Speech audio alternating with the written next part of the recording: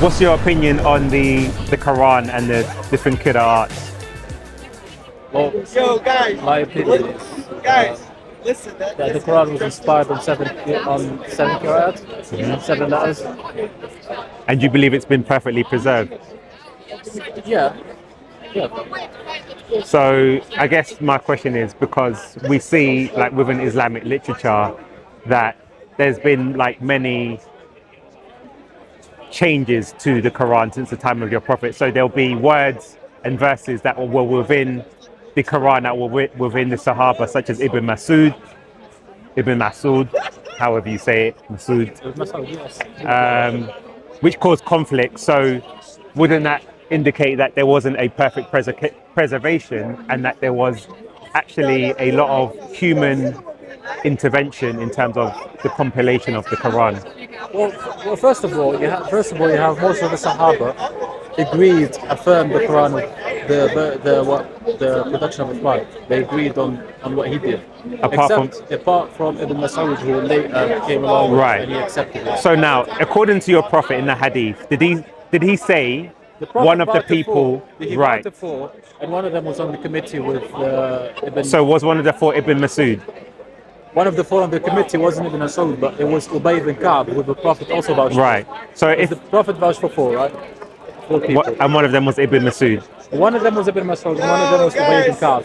Ubay ibn Ka'b was on the committee of the Quran of Uthman. So already we have someone from the committee. We have Zaid ibn Thabit, who witnessed what we call like the last revelation, as in he saw the Quran at its final form of everything that's Well, been that's happening. not true because when Uthman compiled the Quran, he got it from people from sticks and stones and people who had written it Yeah, in but different places. So he didn't go to Zayd and say, recite what you had learned, because even before that, Zaid is a witness, yeah. Hafsa had her own had her own codex. Yeah, and Uthman took that one. He But then took it and used it. you're saying, so why did he burn it and recreate it if that was the final version? Or I if, don't know if he burned it. yeah, it was burnt and it was recompiled. Because, no, he took it and then he used it and then he gave it back because he swore an oath to give it back. Okay, even before I ask, like, go into that, I have another question Yeah. to go back. Because if Ibn Zayd was the one who saw the Quran That's fine. in its Yeah. full final form, then why isn't the verse of stoning in the Quran? Because it was abrogated. No, because Uthman said that there were not two witnesses for it. Because remember, every verse had to have two witnesses for it to be in the compilation. Yeah, of course. Yeah. So then, if you're saying Zayd had the full revelation, then that contradicts the fact that they needed two witnesses, because they would have needed two witnesses with Ibn Zayd who witnessed the final revelation, because the criteria for the verses to be in, that's why they abrogated the text but not the ruling. And the comment was that he didn't want to be accused of something because there wasn't he didn't want to be accused of putting something in the Quran because he didn't have a second witness. Well, first of all, we have Umar, first of all, that is before Uthman, and You're he right. vouched for the abrogation of the verse of the stone. And he said, I would put the verse back if it wasn't for people to say that Umar put something back in the book of Allah that we had no authority to put. Right. So, before the time of Uthman, the verse was abrogated. The verse it was abrogated like a recitation, but it wasn't abrogated. The ruling wasn't abrogated. Whereas even when it comes to the time of Uthman later, it stays the same thing. So, I don't.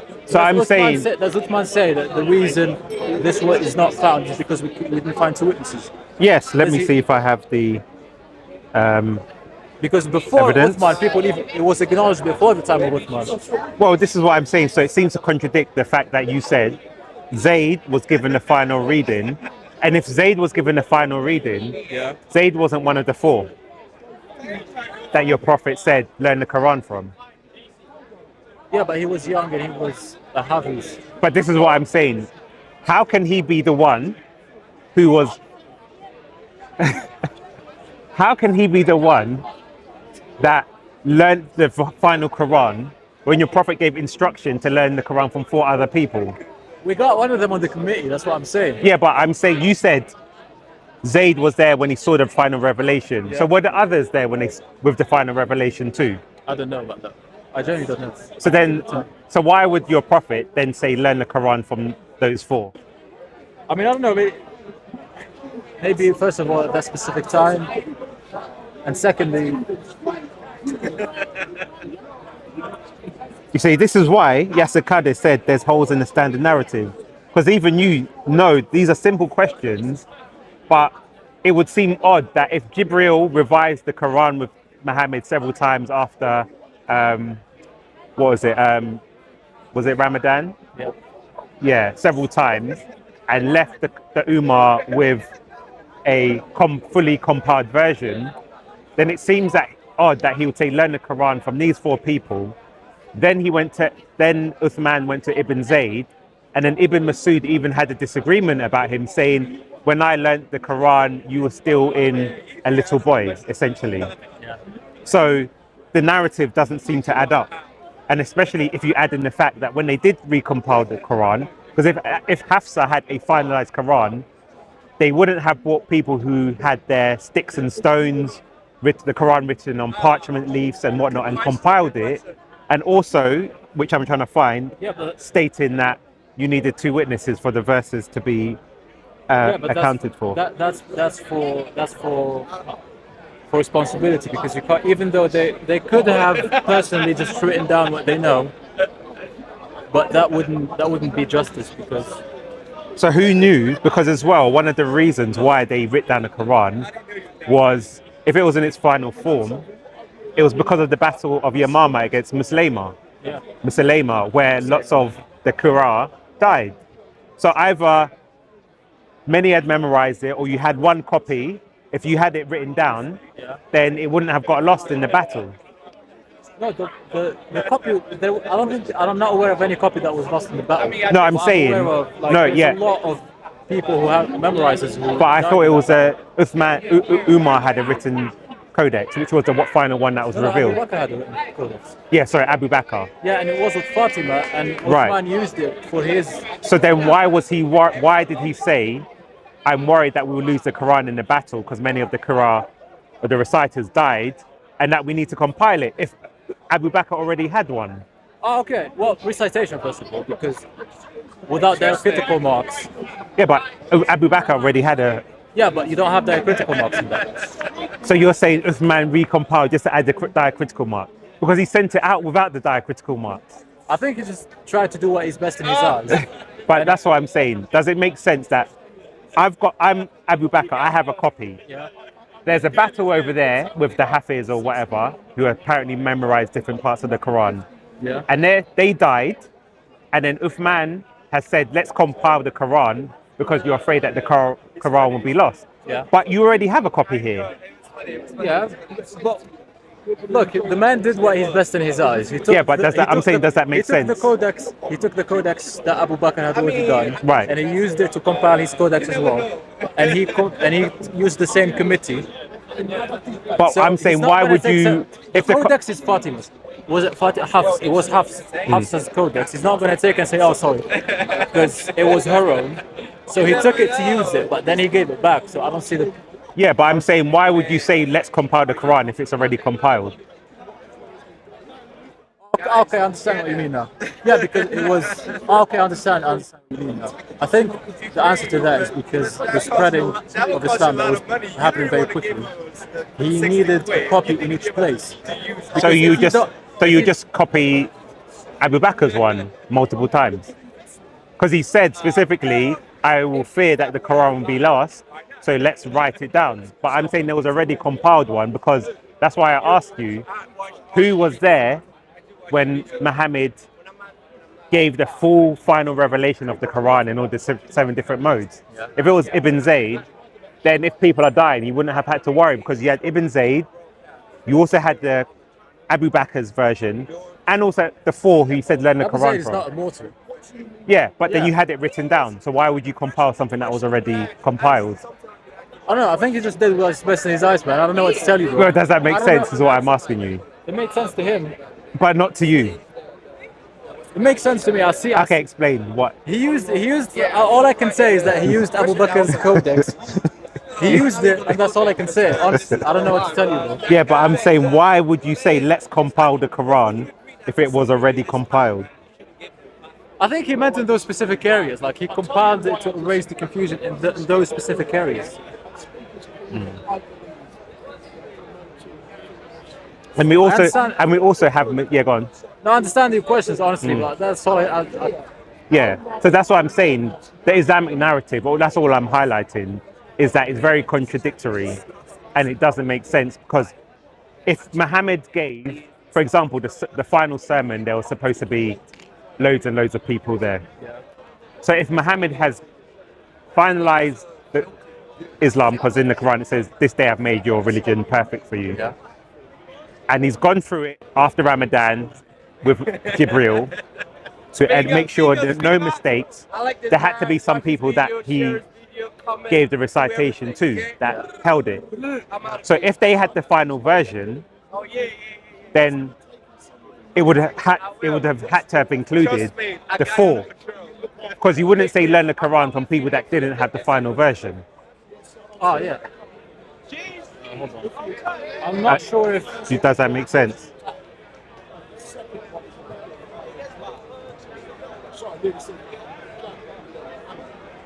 Because me personally, like, I'm aware of the reasons why Uthman used Zaid ibn Ka'b. I understand the reasons why he used him. I understand why he got one of the four that the Prophet vouched for on the committee. So I understand both of those choices. Yeah, but if Muhammad had left the perfected Quran, then why is he going against Muhammad's last revelation to compile it? If Muhammad did that already, because this is what he said, and this is Abu Dawood.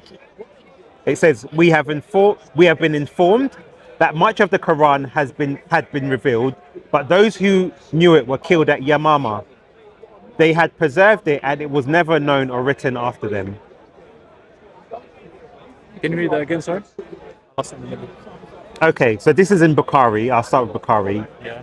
It says, Umar came to me and said, casualties were heavy among the Qur'an of the Quran on the day of the battle of Yamama, and I am afraid that more heavy casualties may take place among the Qur'an on the battlefields, whether by large part of the Quran may be lost. Therefore, I suggest you, Abu Bakr, order that the Quran be collected. So then, I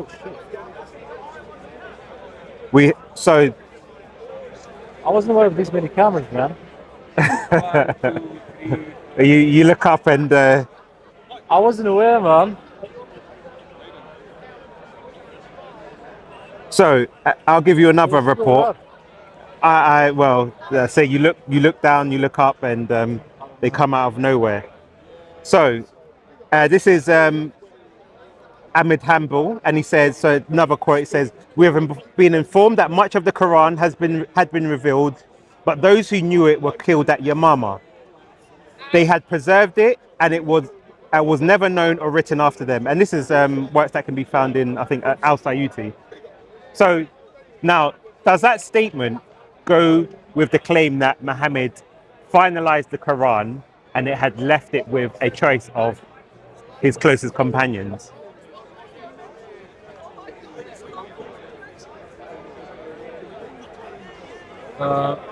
Which one is that? So there's the Abu Bakr one, that's in Bukhari, Yeah. and this one is in. The Quran. The day of Battle of Yamama, and then says that more happy casualties may take place among the Quran, and that the last part of Therefore, I suggest you order the Quran to collect. Okay, so that's the first collection. Right.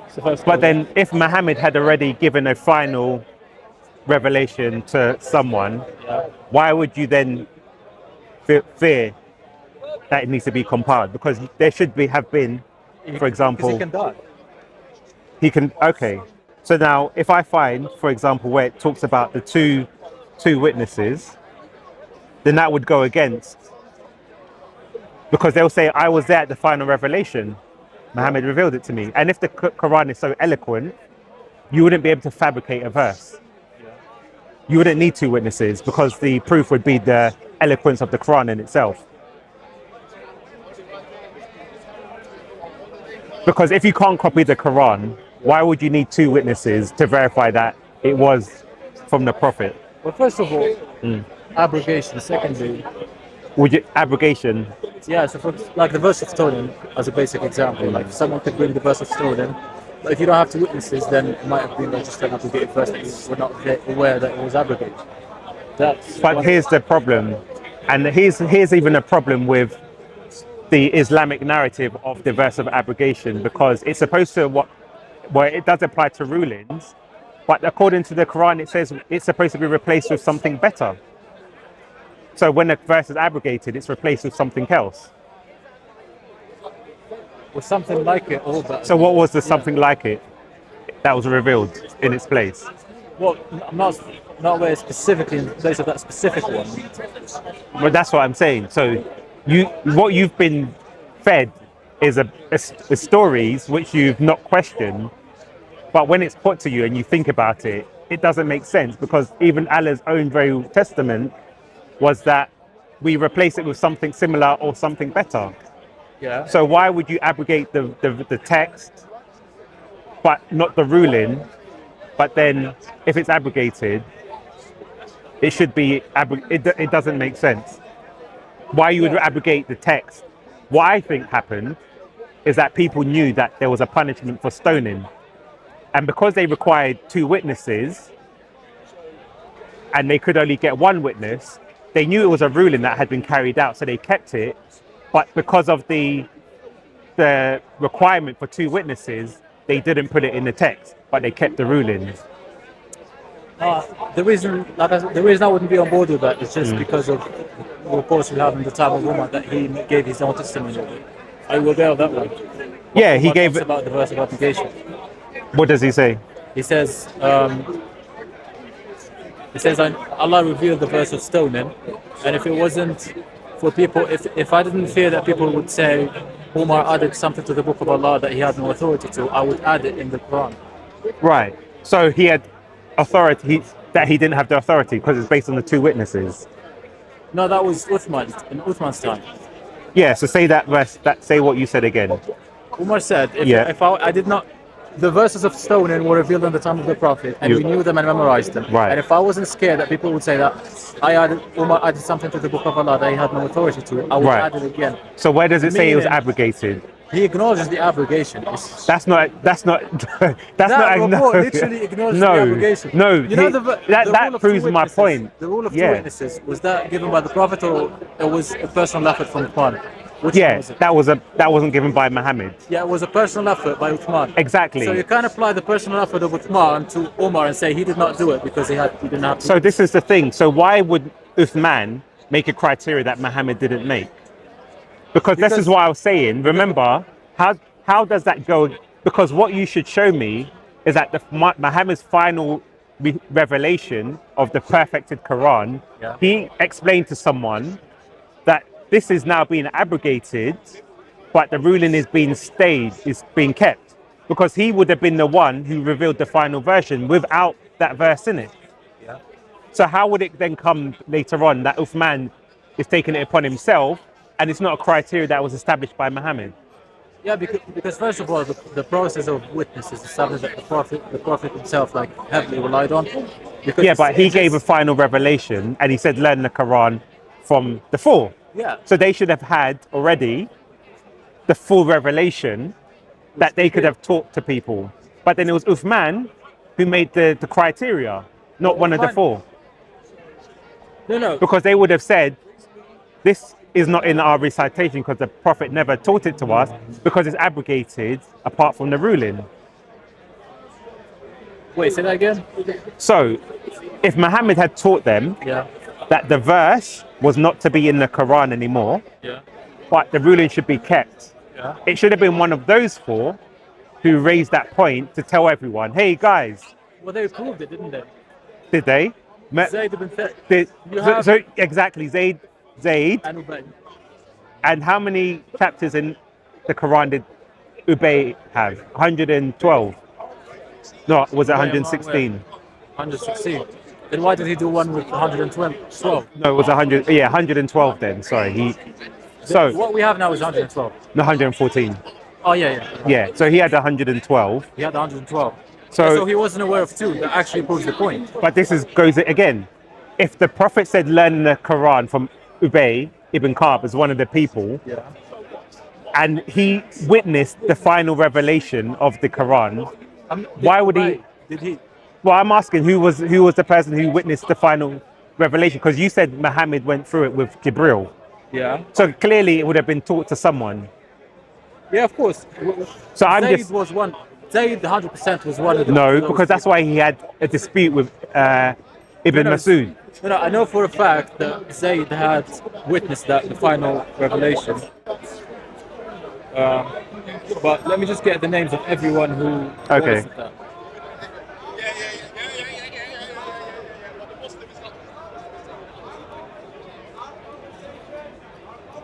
Because as well, Oh, was it just Zaid?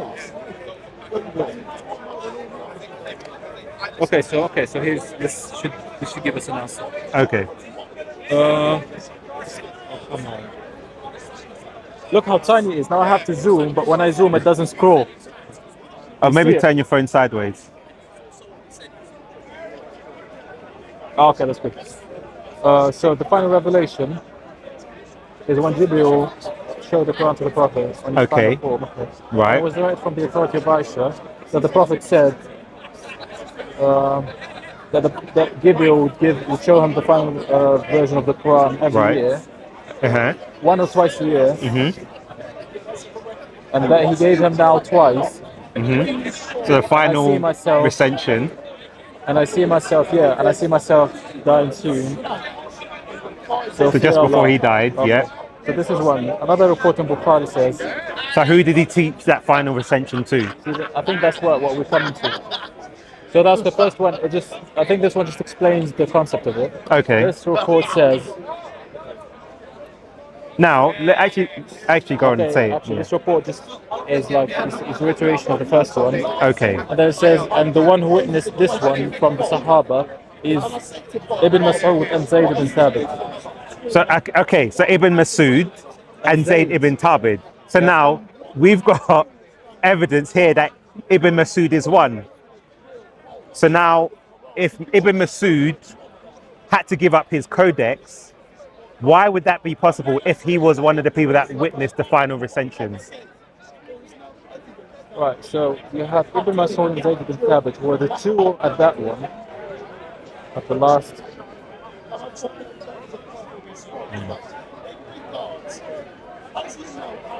So all I'm highlighting is there's contradictory information in the Islamic sources, because if they were both witnessed it, they wouldn't have both disagreed.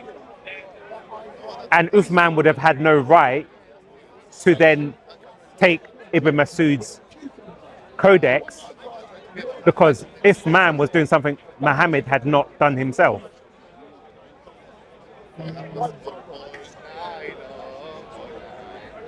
That's a good question. And also, let me just add one other thing whilst you're pondering. And this is in Sahih Muslim. Yeah. And it says Aisha reported that it had been revealed in the Holy Quran that 10 clear sucklings make the marriage unlawful. Then it was abrogated, you see, abrogation, whereas the other ones, the rulings, there was no mention of abrogation. But it There's says, different types of application. then it was abrogated and substituted by 5 sucklings, and Allah's apostle died, and it was before that time found in the Holy Quran and recited by the Muslims. Now, we don't find that verse in the Quran anymore. Yeah. So the question would be, what happened to it? It's abrogated. No, it wasn't. It said the verse of 10 was abrogated with 5. So then the 5 was in the Quran at the time he died. What does it say in the time he dies? Yeah, so look, the 10 clear sucklings make the marriage lawful. Then it was abrogated by 5, and Allah's apostle died, and it was before that time found in the Holy Quran and recited by the Muslims. So I'm just saying, you've just read that Muhammad gave a final recension of the Quran. So this verse should have been in that final recension, but we don't find it anymore. One second. Go on, come on, And you can't accuse me of twisting the meaning because it's very clear of what's being said.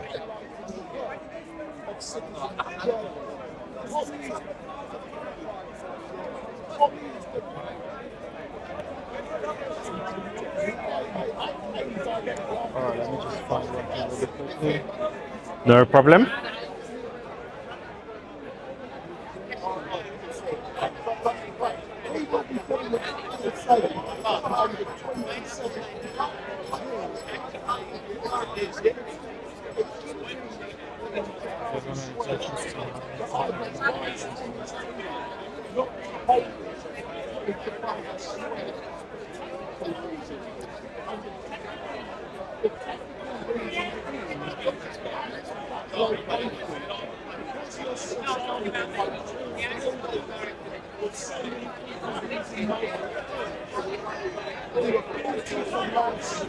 Okay, so this is what they say. Right? And what Aisha said, that the Prophet died and these are still being recited, it means that the abrogation with 5 sucklings was very late. That even when the Prophet died, some people were still reciting them, not aware that it has been abrogated. So now, here's the problem again. We go back to, we see the 10 was replaced by something better, 5 sucklings. What was the 5 replaced by? Something similar or something better. And 2, if that is to be true, we would need a mutawatir report from the companions to say that there was an abrogation. Because what it seems is a lot of the scholars like to invent their own explanation to make it flow, but there's no evidence that it's based upon. Because where are the reports? Do you know that- where the Tawatur starts from? Where? Like on the lowest, so you have us here and you have the Sahaba here. Right. Where does the Tawatur have to come from? What's the lowest, what's called, like floor? So the Tawatur is Sahabi, one from the person from the Sahaba. Right. That's counted as authentic purely. And then it goes, you have to have Tawatur from the Tabaq al-Saftiras. Right. So if you have one Sahabi, or you have Do you have one Sahabi that affirms that? Zaid ibn Thabit, the committee. No, where he said that the 5 sucklings was abrogated. Oh, we don't have to have the report because he compiled his codex, so we don't have to. He doesn't have to say, "Oh, guys, this has been abrogated." Just look at his copy and we don't find it, so we know that's his opinion. Well, Or that's what he's. or he it's knows. went missing, because that's why, as we see with the Battle of Yamama and people were dying, that verses were going missing. And we also see within Ibn Masud's codex there were different verses and different that we don't have in the Quran today. So this is why the question is, if we go by the report that you said, and it said Ibn Masud as one of the people, we wouldn't have that conflict between them, because they both would have been aware that they both had the final 2, even though your prophet said, Was there a conflict among the verses of the Sukkah? not regarding the suckling, but in terms of, that's 2 different things. So with the verse of the suckling, there's no evidence. You're just saying, well, because it was Ibn Zaid was there, therefore it was abrogated. And I'm asking, what is the evidence? Because as we said, the verse is normally replaced by something better or similar, as stated by Allah. That's what the Quran says. So where was, because that's why it says there was 10 sucklings and it was replaced by something similar, which was 5 sucklings. So what was the similar verse that was revealed? And this is why, when you look at the narrative, and this is why people say there's holes in the Islamic narrative, because it doesn't make sense. You're saying learn from the 2, your prophet said learn from the 4, then from the 2 they were disputing from each other. Ibn Masud didn't want to give his codex, and even 100 years after his death, his students were still using his codex. But Ibn Masud, as you're aware, he said for the sake of the unity of the Ummah, he will go with the Uthman's version. But why would Uthman do what your prophet hadn't done? Because as you are saying, he went through every year with Jibril. Apparently no one saw, but he went through it twice in the final year. So let's say if we assume that the final 2 people were Ibn Masud and Zaid, then why would Ibn Zaid have a clash with Uthman about it? He should have said, hey, the prophet said learn the Quran from me. I was there with the final recension. Yeah. Fair enough. No, it's a good one. I'll go see more into that. No Then we'll problem. come back. Next time you're here. Cool. Thanks. So just to do a quick wrap up, we clearly see that this nice young gentleman was clearly stumped about the contradictory evidence within the Quran's compilation. But at first, this conversation started off because he said he is a Salaf and he goes by the interpretation of the Salaf. And I showed him, well, Muhammad prayed for Ibn Abbas to be the ink of the Ummah. And we even see the statement where Jibreel said that Ibn Abbas will become the most knowledgeable within the community. But then yet when we see Ibn Abbas, he said that the interpretation of Nun by the pen was that the earth was on a whale's back. But because people now have science, they reject this. But before, they wouldn't have had a problem with it. No one would have said, hey, you're crazy. How can the world be on a whale's back? But now we have, scientific knowledge. We know that's not true, and it debunks the Quran. Then we moved into the compilation of the Quran, and we see the clearly contradictory narrations of where it says Muhammad went through the Quran twice in 1 year for the final recension, but then it was compiled because the Quran were being killed, but then Muhammad said learn the Quran from the four. So why did they have a dispute between Ibn Zaid and Ibn Masud if Muhammad said, if these were the people that saw the two final, fully compiled, clear revelations from Muhammad? So the more we go into the sources, the more we see there's contradictory and conflicting evidence. So on that note, Paperboy out.